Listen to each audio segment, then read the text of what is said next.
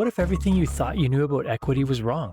In this episode of the Working Well podcast, I have the pleasure of speaking with Celeste Warren, the former Vice President, Chief Diversity and Inclusion Officer at Merck. Celeste is a global HR leader and author of The Truth About Equity, and together we're unpacking one of the most misunderstood topics in business today. Equity, equality, diversity, inclusion, belonging. These terms are the source of confusion, mistrust, and partisan politics.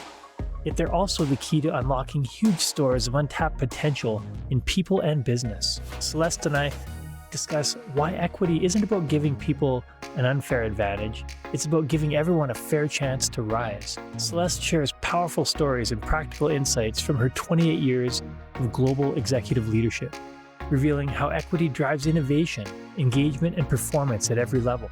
Now, if you've ever wondered how inclusion really impacts business success, or how to lead with courage in a changing political environment, this conversation will change the way you think about leadership, fairness, and the future of work. Welcome to the Working Well podcast, the show that explores the critical intersection of leadership, business strategy, and sustainable human performance, and how they are defining the future of work. I'm your host, Tim Borys.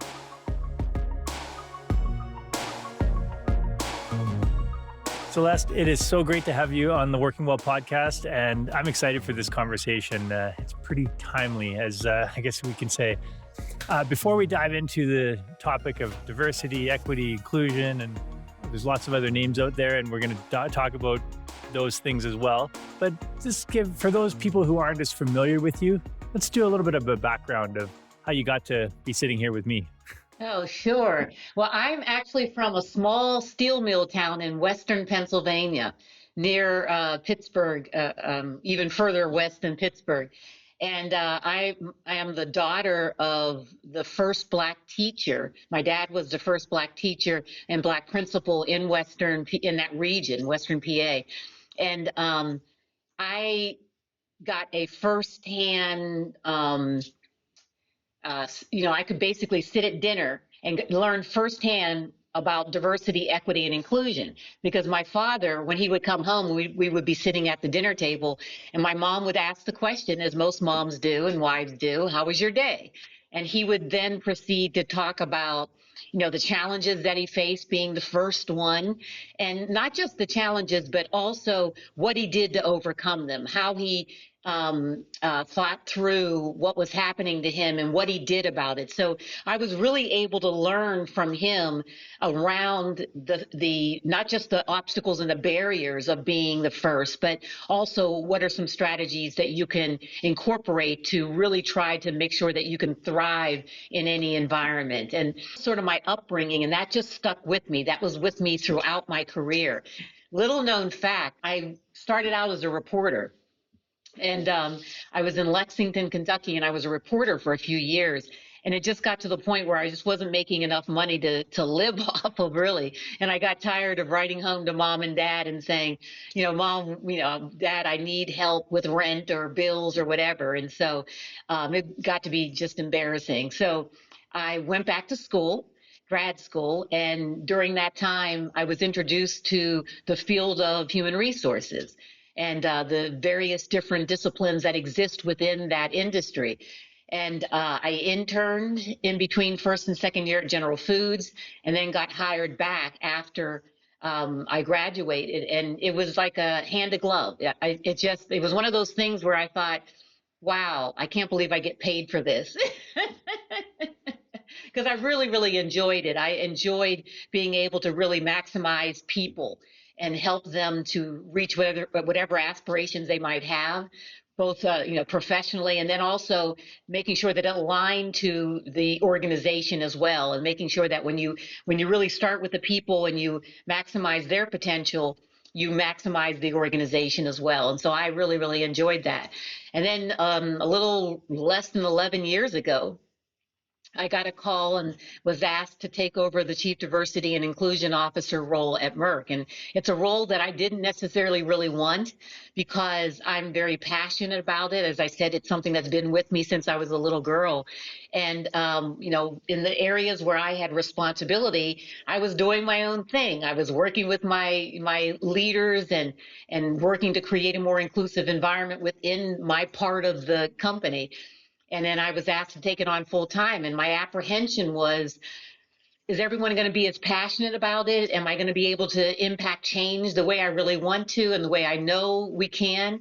And I was talking to our CEO at the time, Ken Frazier, and he said, well, Celeste, I think you're the person to do this. Not I think, I know you're the person to do this. And so I stepped into the role and have been doing it in the past, 10 years, where through a pandemic, through social unrest, through a whole bunch of changes in administration in the U.S. government, through all kinds of various different ups and downs, and came out on the other end, retired from corporate America and global company, retired in July and started my own consulting in diversity, equity, inclusion, launched my second book, and have been really enjoying it.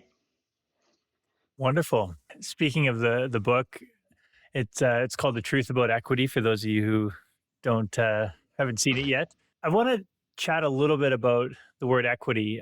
There's a lot of people who still out there confuse equity and equality. Can you really help those who I guess, misunderstand those, just get it a little more clearly? Yeah. In the book, I use the analogy from Deloitte's illustration of the rocks in the fence. In the first illustration, everyone's standing on one rock, but the person to the right can't see over the fence. Person in the middle can barely see over the fence. Person on the left can clearly see over the fence. And then you get to the middle illustration, and the person on the right has been given two additional rocks. So there's three rocks, and they can see over the fence now. The person in the middle has been given an additional rock. They can see over the fence. The person on the left is still on that one rock. Well, in that first illustration, equality, you gave everybody the same thing. You gave them one rock, but it still didn't give them access to seeing over the fence. In the middle illustration, you've given them those acts of equity, those rocks that allow them to see over the fence. And in my analogy, what's happening as we do the acts of equity, it's causing disruption in the workplace and in some societies as well.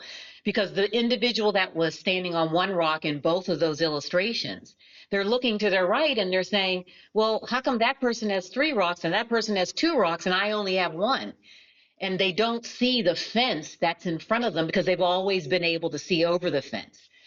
They don't, in my analogy, the fence represents all of those isms, racism, sexism, homophobia, all of those things that are more longer term. It didn't crop up overnight, and it's going to take longer term strategies and hard work to try to dismantle them from systems, policies, practices, etc. And so we have to do the work of equity. We have to also simultaneously do the work of tearing down the fence, which is the longer term work. And then we also have to go to that person that was standing on one rock in both of those illustrations and explain to them that the fence is there, how it manifests itself to his colleagues to the right, and then not just appealing to the intellect of him or her, but also saying, okay, we need you to be active allies. We need you to get in the boat, grab an oar, and we need you to row as well with us and help us to get up the stream. Because we cannot do this unless everybody understands the role that they play to be able to move the organization or society forward. Because I at the love that. end, the last Oh, yeah. illustration is the fence is gone, the rocks are gone, and everybody can see the beautiful mountains ahead. And even the person who was standing on one rock, they notice at that point that there was a fence there because their aperture, their vision has widened because now they can see the bottom of the mountains as well and the trees and everything else. So that's an illustration of how when you tear the rocks down and the fence down, it really does benefit everybody. I agree. Yeah. And I love how you said they don't realize the fence is there Mhm. because when you've always been able to see over it, nothing's blocking your view. Yeah. And that there's so much of that today. Now, you said that equity is good leadership, good management, and good business.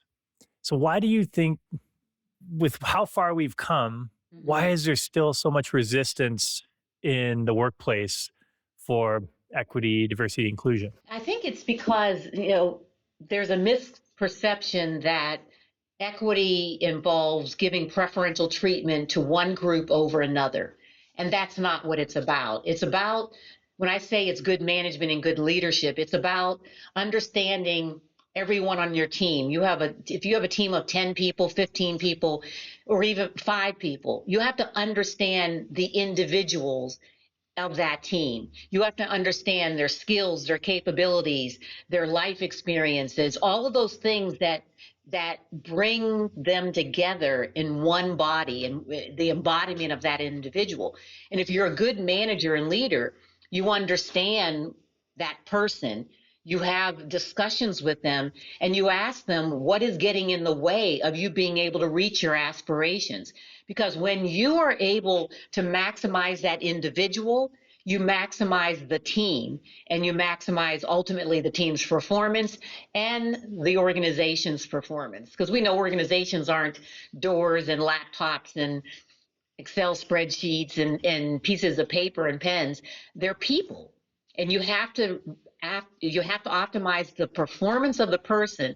And the only way that you do that is by understanding where they are and then bringing them forward towards what I call a collective purpose, which is the vision and the mission and the ultimately, of the organization. Because all of those people, diversity is simply differences. That's what it means, differences. Those you can see and those you can't see. And you have to leverage all of those differences and all of those people towards that collective purpose in the organization around the mission and vision. And a good manager and a good leader knows that they need to be able to reach everyone and pull them forward. Hmm.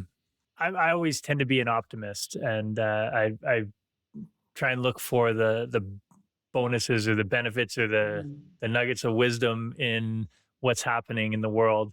So, what would you say is the positive right now in diversity, equity, inclusion, especially when we consider that many programs are being questioned, rolled back, Mhm. or even restructured completely? What's the positive in this?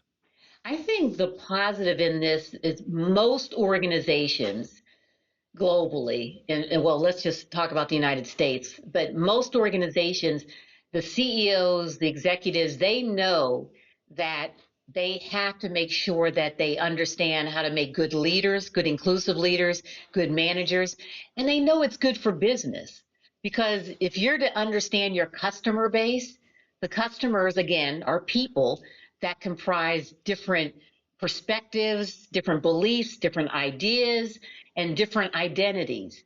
And any business understands that in order for them to sell whatever it is that they sell, products, services, they have to understand that customer base. And in order to understand the customer base, you have to understand the different groups and communities that exist within them. And so the business leaders understand this.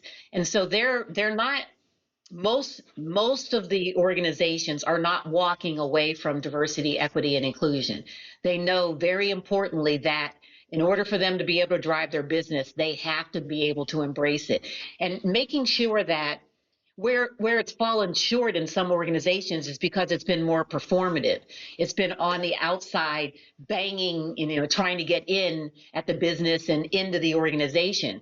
And what we need to be doing is taking an inside out approach, making sure that it's embedded and starting inside when you're starting to craft strategies, when you're starting to build plans and initiatives, you start there and integrate it into that process, that policy, that practice. So when it comes out to the people, it's a process that is already including everyone, and you try to take the bias out of it as well. So when it comes out, it is a more inclusive practice, it's a more equitable strategy, and it encompasses the needs of the majority of the folks that are in the organization. Yeah, and there's so much research and data out there about the business benefits of diversity, inclusion, equity, and I just was reading. Was it Matthew Syed's Rebel Ideas? And he Mm-hmm. talks a lot about diversity and not just like all the different types of diversity, diversity of thought, diversity of background, diversity of Mm-hmm. culture, experience, all these different things, and how those teams that have and organizations that have this diversity outperform by a wide margin the teams that aren't diverse.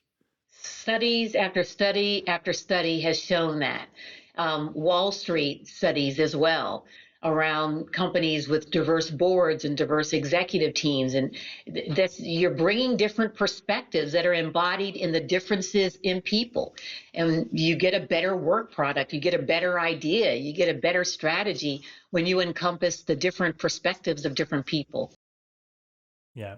And with how fast the world of the society in general, but particularly the world of business is changing these days, Mm-hmm. companies need every advantage that they can. Absolutely. Absolutely.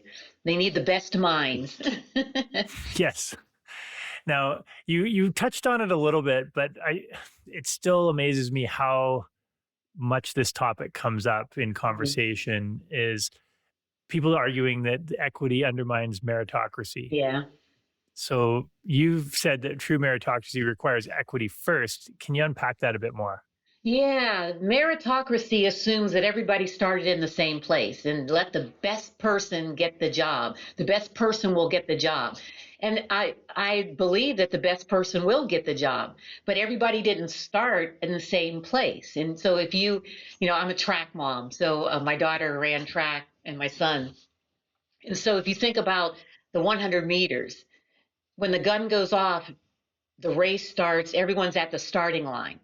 But in real life, some people are starting at the starting line. Some people are starting at the 10-meter line. Some people are starting at the 20-meter line. Some people aren't even out of the locker room yet. And so everybody's starting at different places, but you have to be able to make sure that you're giving people what they need so everyone has an opportunity to get to the finish line. Just because someone went to the right schools or they had advantages that other people didn't because of life circumstances, not because of a lack of intelligence or lack of skills and capabilities or an aptitude, but it's because of their life circumstances, the financial circumstances in their family, or different things that might have happened that they didn't get exposure to certain things that others did. And so, if we're able to see how we can close that gap and provide people with those opportunities so they can get the exposure that they need, then that's what we need to do, and that's what we should be doing. And it's unfortunate that people don't understand that true meritocracy, the best person getting the job, it should be correcting itself to make sure that everybody has the opportunity to build their skills and their capabilities of which they can do. Hmm. Like how you use the track analogy. As an athlete myself, I love Mhm. sports analogies, but I've heard other people explain the track analogy as well as everyone's at the same starting line, but Yeah, one person is riding a bike, the other person is running, and another person is running in mud with work boots on and a 50-pound yeah, pack on their back. yeah. And it's like, okay, how fair is this? Yeah, exactly, exactly. And it's a shame that people don't understand that, and they basically relegate someone to the sum of the misfortunes that their life experiences have started them, and a lot of it is of not something that they did. It was just the circumstance that they were born into. Hmm. And it's unfortunate. Just like those that were born into affluent neighborhoods and families. You were born into it. Yeah. And yeah, even being born in a certain time and place, like the Hmm. part of society, different part of the world, Yeah. we just take for granted the ecosystem that we've grown up in, and often don't consider that. Travel is a big part of my life and background. Traveled to 50 different countries, and Hmm. I I did that at a pretty young age, and it literally transformed how I looked at the world. And it's something that I feel more people would benefit by Yeah. experiencing and interacting with different cultures and people from around the world. Yes. Yes. And it's something I've seen time and time again. And if I could sum up everything, it's people are awesome anywhere in the world. The large majority, 99 out of 100 people in the world are awesome. Doesn't Yes. mean there aren't people that aren't awesome, but Yeah, yeah. No, absolutely. You're absolutely most people want an inclusive society. They want a society, they want to be part of an organization where they feel valued, where they are empowered to do their best work, to do their best thinking. They have the resources that they need to be able to do that. And everyone wants that. Everyone does. And like as you said, there's just a small few that maybe they see things a different way. But that's sort of the catalyst for change. That's the catalyst that inspires innovation, creativity, and sparks, a strong economy as well, no matter what country you're in. Mhm. And speaking of the global aspect of things, if we go back to your time at Merck, what were some of the stories or some of the data that came out of your work there that clearly demonstrates the success of Hmm. these programs and initiatives Well, and in the mindset, I guess. yeah, yeah. So on the leadership side, what I tell anyone as a manager, when you and studies are you see this all the time, and we saw it in our company as well.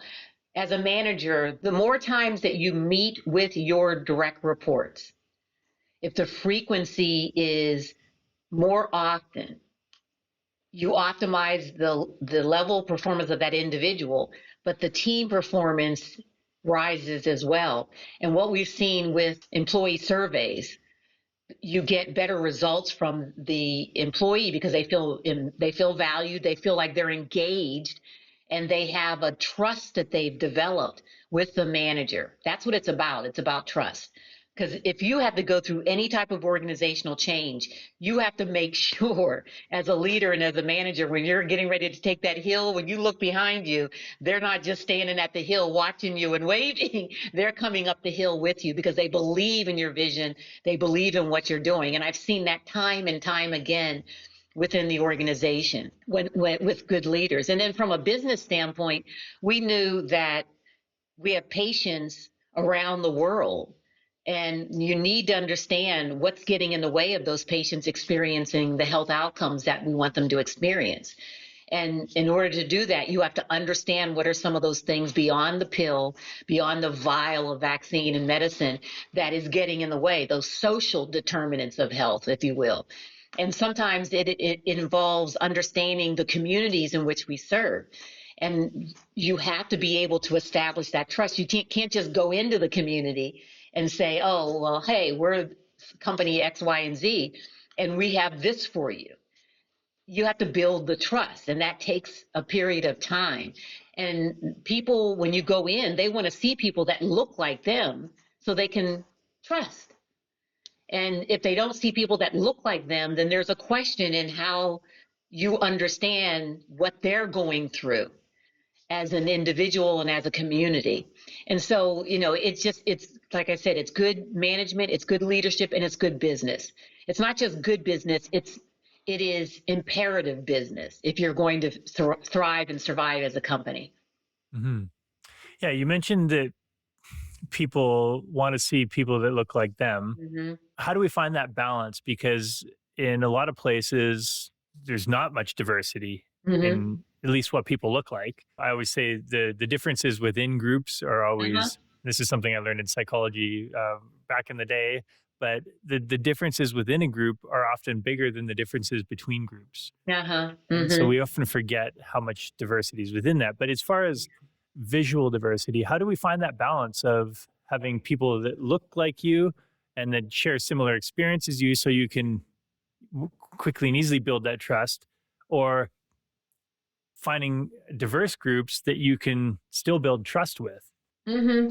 Well, there's lots of ways that you do that. One, very simply, is around your hiring practices and making sure that you have a sourcing strategy that allows you to understand the skills and the capabilities that are needed and experiences that are needed for the role. And I'm not saying lower the standard by any means, but you understand that, and then you go out and you find that talent, and you find it in a variety of different places, not lowering your standards, but widening the gate, if you will, to make sure that you have really leverage and understand the labor market that's out there. Because a lot of times we don't understand the labor market, and we just go for what's easiest and what's there. But if you want to truly widen the gate, then widen the gate and go to a lot of these universities, or go to these different cities, or go with these different towns or rural areas, or different areas in different countries, to get the talent that is there. It is absolutely there, and to say that it's not there is you're just fooling yourself, and you're lying to yourself. Hmm. I fully agree. Yeah. And so many times it just becomes, let's do what we've always done, because Yeah. that's the easy way. Mm-hmm. And it takes a mindset shift to decide to do that, but then also to shift the systems and processes and procedures that drive this whole, Yeah. especially in a global company like Merck, to drive the operational efficiency of that. Yeah. Yep. Absolutely. Now, you've mentioned trust a few times. How do you see trust and psychological safety aligning? Well, psychological safety is extremely, extremely important. I was talking about this earlier last week. In order for there to be a level of trust between a manager, a leader, and their employees, you have to create an environment around the employees of psychological safety. And you can do that in a lot of different ways, but easy, transparent ways are: you're having a meeting. You start the meeting out with, you want to hear, saying, I want to hear from everyone. I want to make sure that all voices are heard. You have great ideas, and I want to make sure that we have a great discussion, a great debate. But we hear the ideas. If you're in the meeting and 20 minutes into the meeting, 30 minutes into the meeting, you hadn't heard from Jane, well, then you invite her into the conversation. Jane, you know what? You've been kind of quiet. Do you have any ideas, any perspectives that you might want to add? That's one thing. It's interesting. During the time of the pandemic, many managers and leaders were like, oh my God, how am I going to drive my business? How am I going to drive it when, we can't come into work and I can't see people face to face? And, if you're in a global company, you weren't seeing your whole team face to face every day anyway. And so it really shined the light on the importance of inclusive leadership and inclusive management of teams. Because you were on this virtual platform, you had to make sure that you were um, inviting everyone in. That some people, they didn't feel like comfortable sort of raising their hand. They wanted to put it in the chat, but encouraging the flow of information and the flow of discussion. And some people, they adapted to it very well, and some people didn't, and some people struggled with it, and they really had to learn how to drive their teams, how to engage their teams in a different way. And I tell you, it was quite an interesting thing, looking and observing this as a professional, and really making sure that people understood that you have to demonstrate inclusive leadership in this environment that we're in. And hopefully it carried on, the good aspects of it, we hope, carried on forward when we came back to work in the work office. It's interesting that you mentioned that around the shift in leadership styles and tactics, and what's successful in person, face to face, can be successful online, but Mhm. not always. So there are different skills and a different approach and different perspective that needs to be taken in those environments. And yeah, I see very strong similarities between that and inclusion, the Yeah. equity, and how you approach those conversations.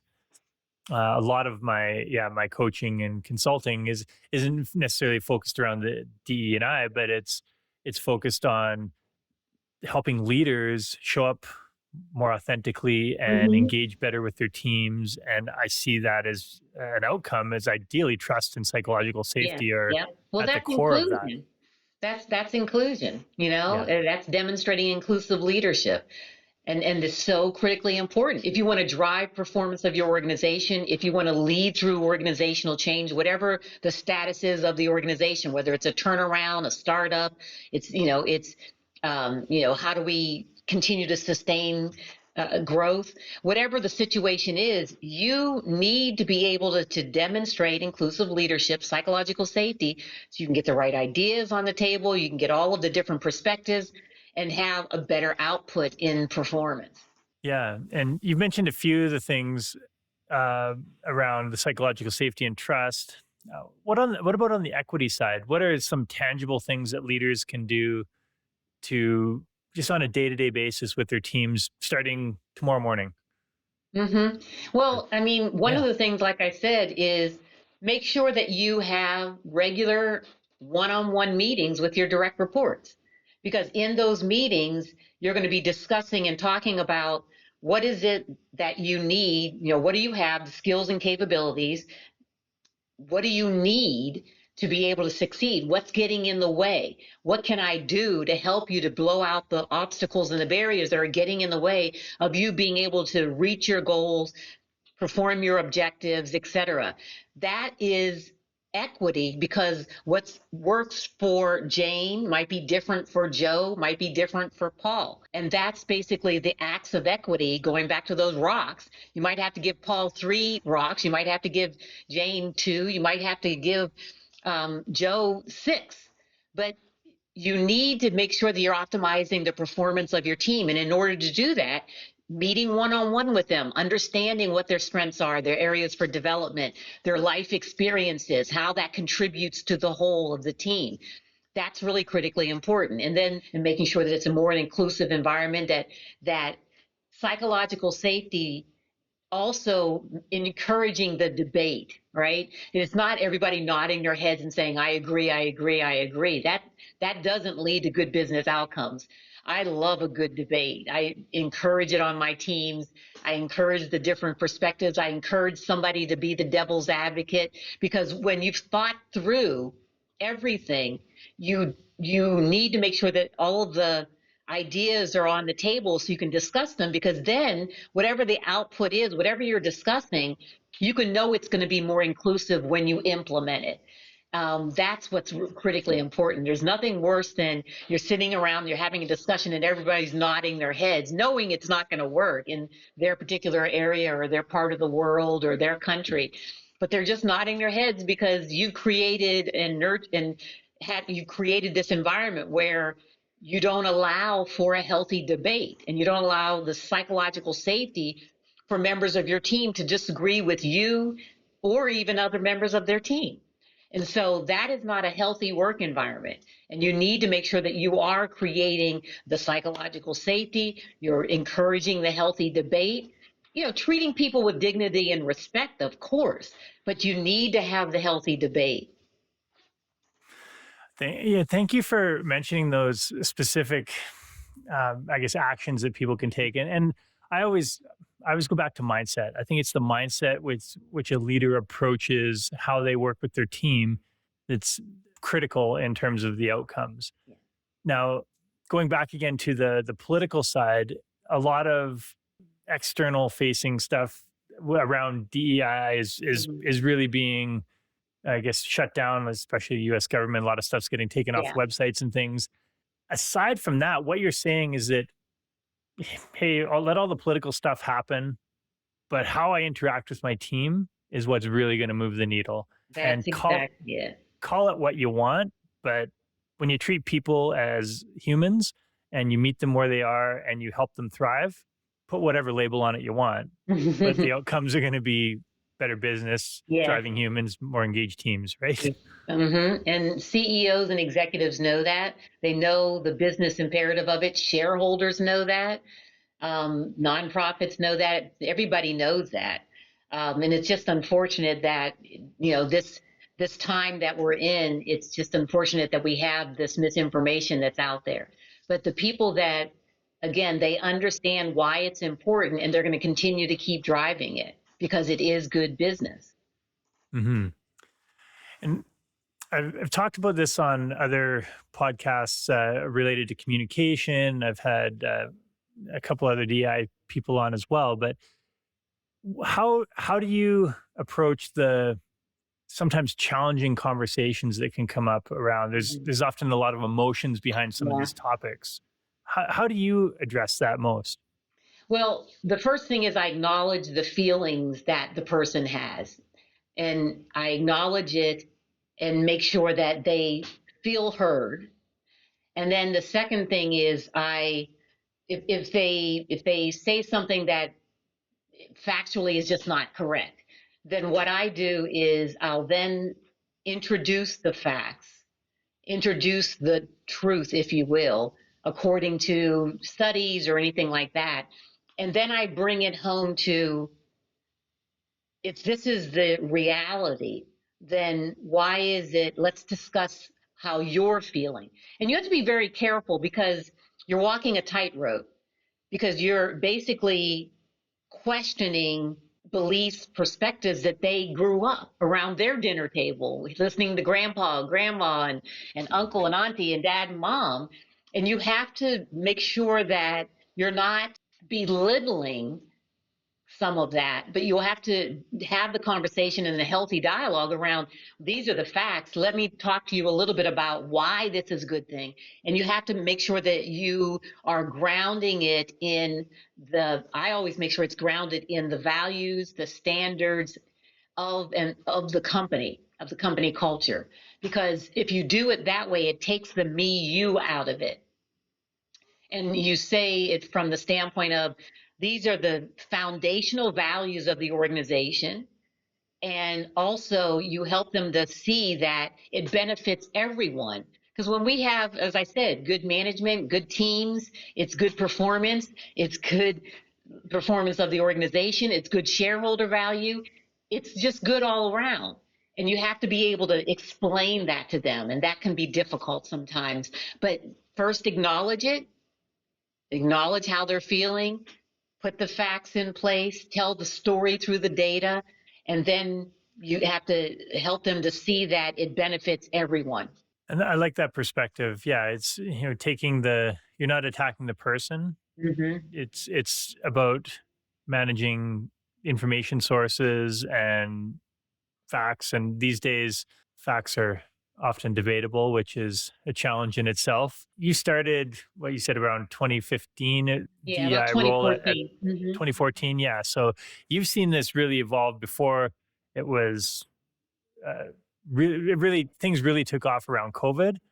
Mm-hmm. But in Merck's been doing it, and there's other companies that have been doing it. But I think the whole movement really started to happen around 2018 to 2020. It was much more of a tidal wave of DEI efforts. Yeah, yeah, You've also been seeing it from the global perspective. So yes.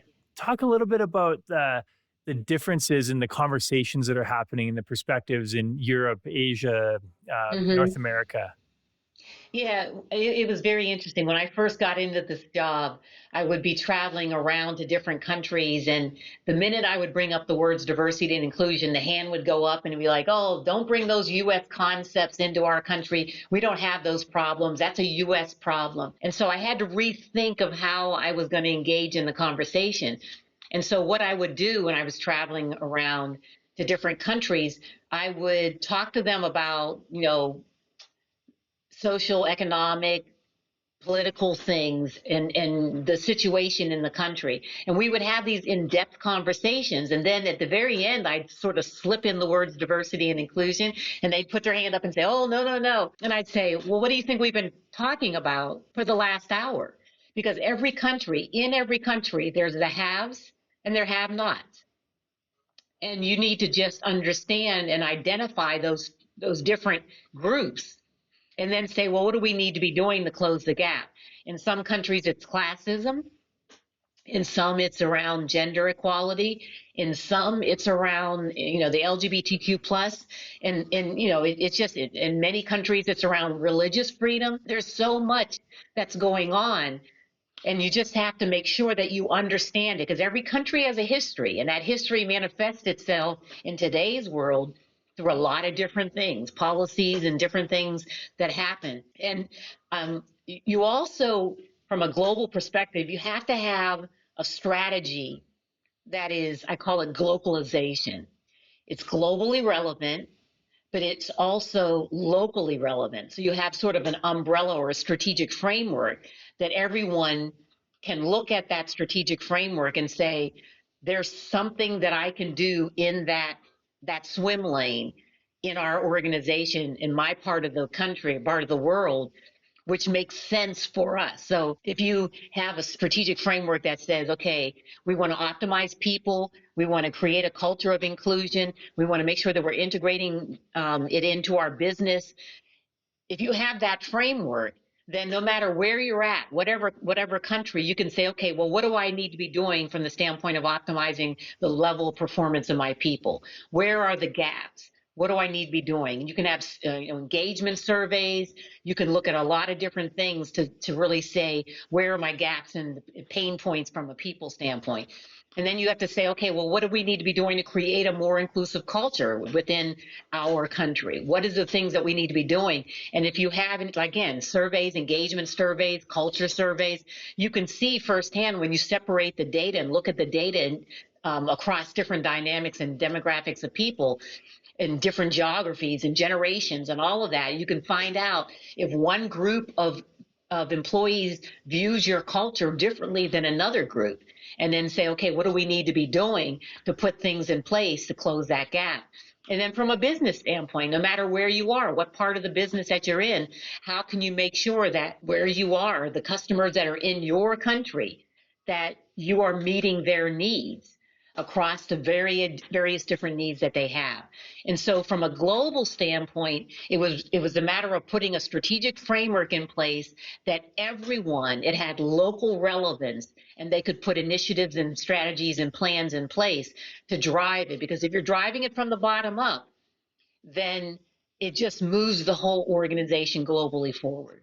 I like what you said about the perspectives too, because everyone comes at it from their own perspective. Mm-hmm. And until you seek those, ask those questions and get the different perspectives, you don't realize which ones exist and which ones Yeah. don't. And Yes. and also helps other people to say, oh, I didn't realize so and so thought about it this way, and so thought about it that way, or this group thought this way, or this Yeah. group thought that way. Yeah, we have to evolve the strategies from counting people, just counting people, to making people count. That's what I like to say. That's I what's like really, that. really important. Yeah, that's great. Well, there's so many multinational organizations, Mm-hmm. and we have quite a few small and medium-sized business leaders listening to the podcast.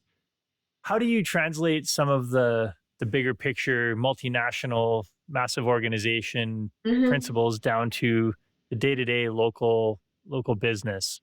Because I think I've heard people say, well, oh, what works for them won't work for us. Yeah. Yeah, I hear that a lot. I used to hear that a lot.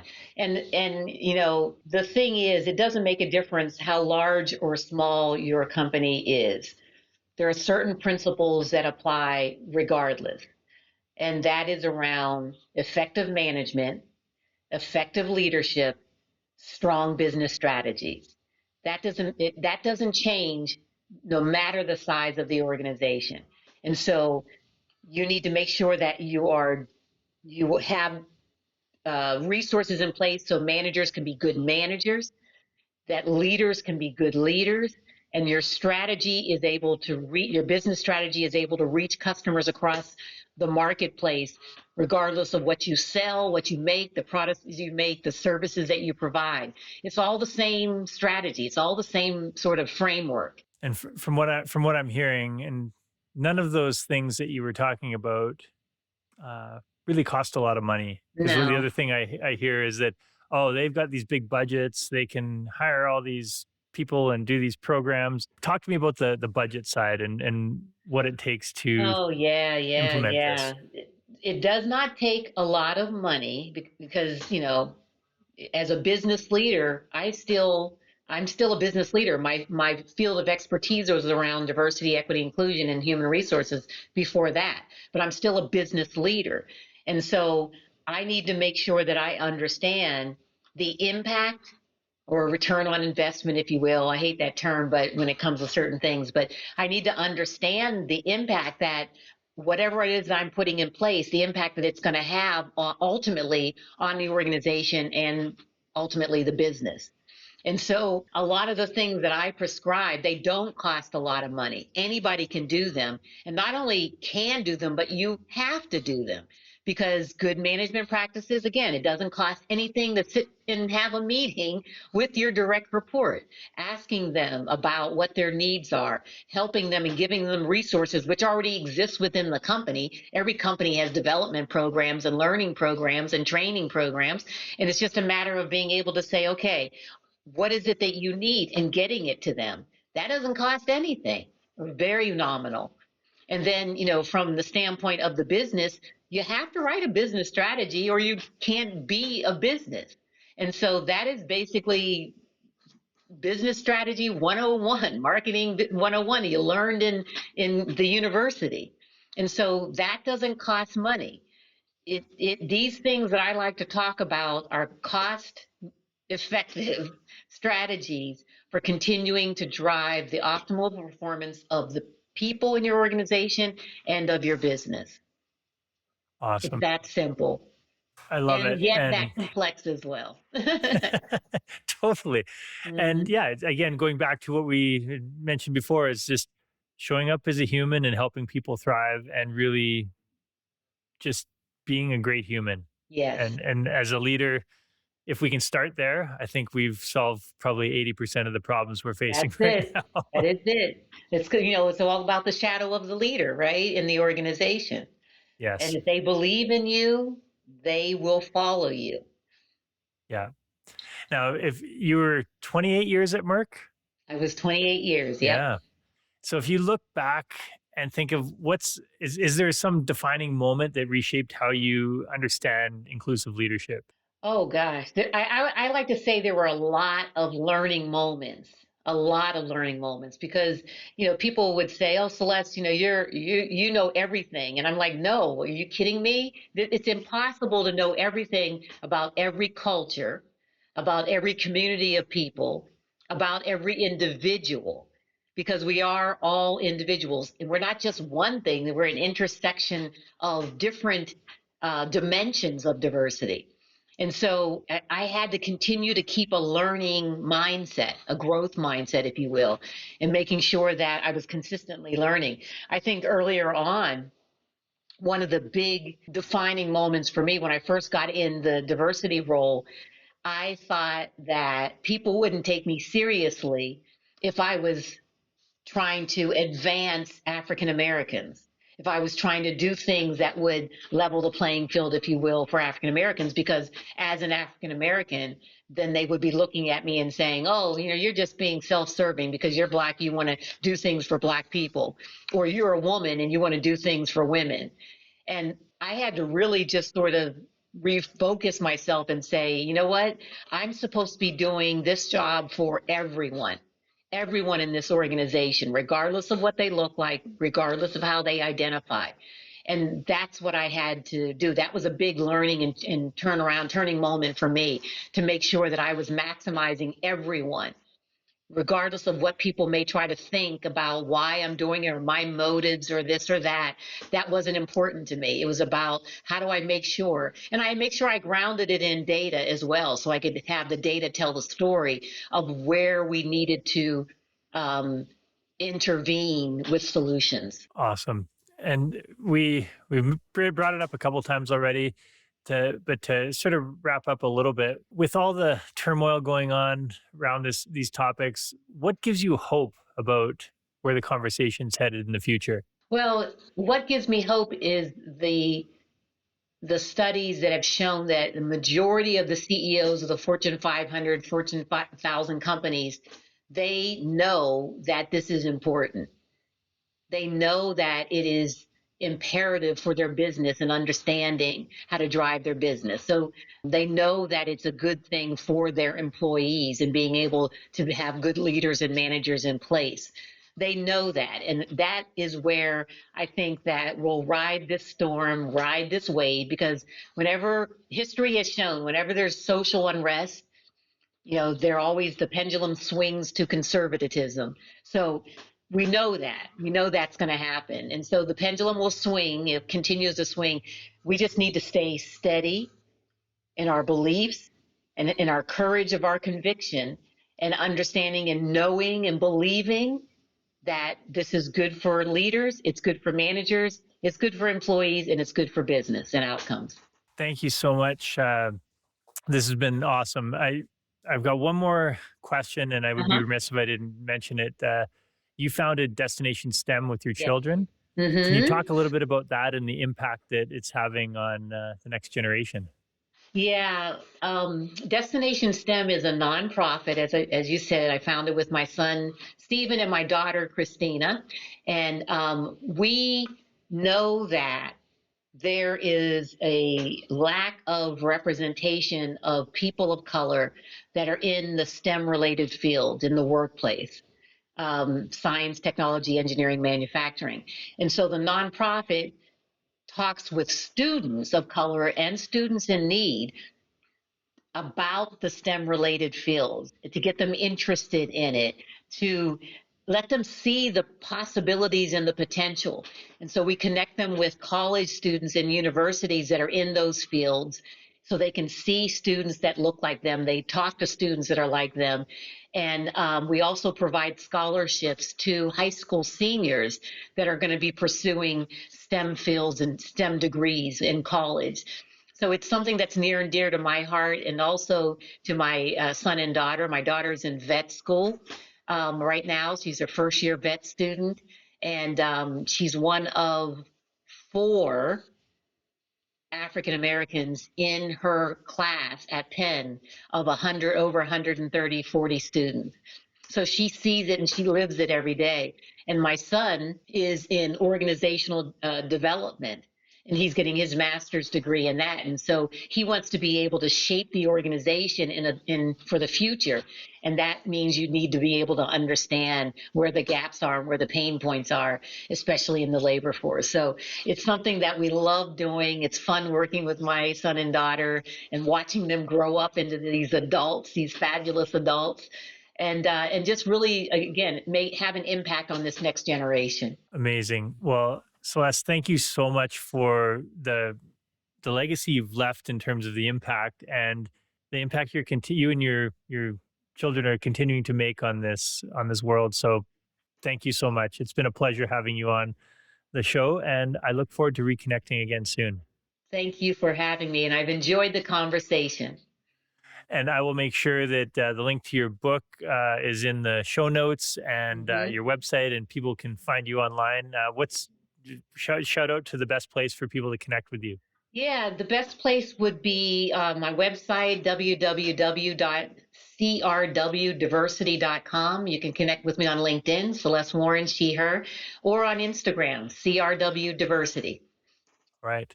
And Celeste does keynotes as well. So hire her for your next keynote. Absolutely. We can have a great and fun time. Awesome. Well, thank you again, and I look forward to reconnecting soon. Take care. That wraps up another episode of the Working Well podcast. If you enjoyed the show, please rate, review, and subscribe wherever you get your podcasts. Now, which guests or topics would you like to see featured on the show? Message me through LinkedIn or on the contact page of timborys.com with your ideas. Thanks for tuning in. I'm Tim Borys with Fresh Wellness Group, and I look forward to seeing you on the next episode.